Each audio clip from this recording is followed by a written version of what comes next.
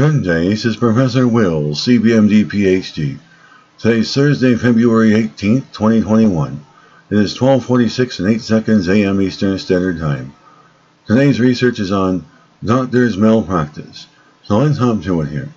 I do not trust doctors, nor do I trust the healthcare system. Doctors are into prostitution, and they are coercive towards staff, students, and patients. Doctors like to force date rape drugs, prostitution, and more sex. That is only to enforce and show their power, or twisted mentalities. The health system is all about greed and bullish psychopathic pedophilia, and sexualized tendencies. I am writing the truth. Most are afraid of the truth. Most don't want to hear the truth. The truth stands tall, and the truth hurts, doesn't it? Doctors got a lot of money, and they certainly know how to cover up their crimes well. And if you are not aware of the stuff going on in the world, welcome to the world. The misuse of the health system, that being the involvement with doctors and the so-called professionals in organized stalking. And harassment goes beyond the terrible single perpetration of some doctor that is sexual deviant and who assaults patients.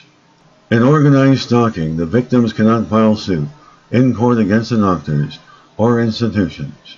It usually leaves little evidence, and in cases where the victim is blatantly assaulted with identifiable health malpractice, no one will help them take the case to court. Lawyers will be told by the criminal stalkers to back down or be threatened. These crimes are planned and systematic, but no one gets caught. Not until governments begin to seriously consider organized stalking and harassment as a serious problem that destroys people's lives and drives people to suicide, nothing will come of it.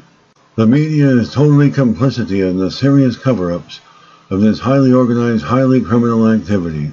Good day, this is Professor Will, CBMD PhD, and this statement was written by me, based on statistical analysis.